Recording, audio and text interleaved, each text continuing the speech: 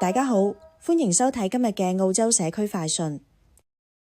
澳洲競爭與消費者委員會 ACCC 近日表示，知名電器零售商 JB Hi-Fi 將向大約206名嘅顧客退款，總額超過25萬澳元，原因係部分網上促銷商品嘅折扣價格標示可能對消費者構成誤導。ACCC 調查發現，部分商品雖然標示為特價或折扣優惠，但相關原價並非實際長期售價，涉及產品包括手提電腦、VR 頭戴設備、遊戲顯示器同行動電源等。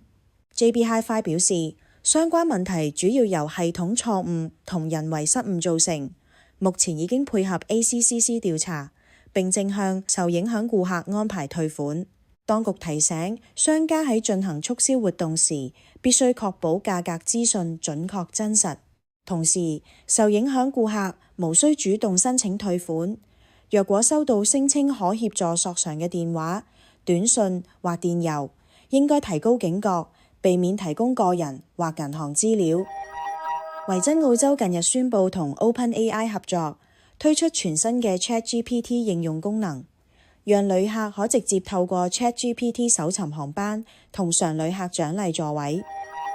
根據介紹，使用者只需要喺 ChatGPT 中輸入目的地、出發時間、預算或旅遊編號等資訊，系統便可協助搜尋合適嘅維珍澳洲航班，以及 Velocity 常旅客計劃中嘅獎勵機票選項。維珍澳洲表示，新功能可以簡化旅遊規劃流程，減少旅客喺唔同網站之間來回查詢嘅時間，並讓 Velocity 會員更方便使用積分兌換機票。公司行政總裁 Dave Emerson 指出，人工智能技術正逐步改變旅客規劃行程嘅方式，未來有望為航空及旅遊業帶嚟更多創新服務。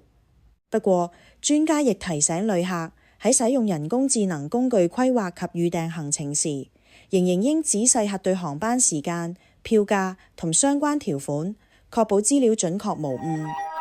澳洲社區快訊報道最新熱話，只要到 TVB Anywhere 或者 ACE 澳華娛樂社交平台都能夠收睇得到。歡迎大家提供任何本地資訊。我哋下次再見。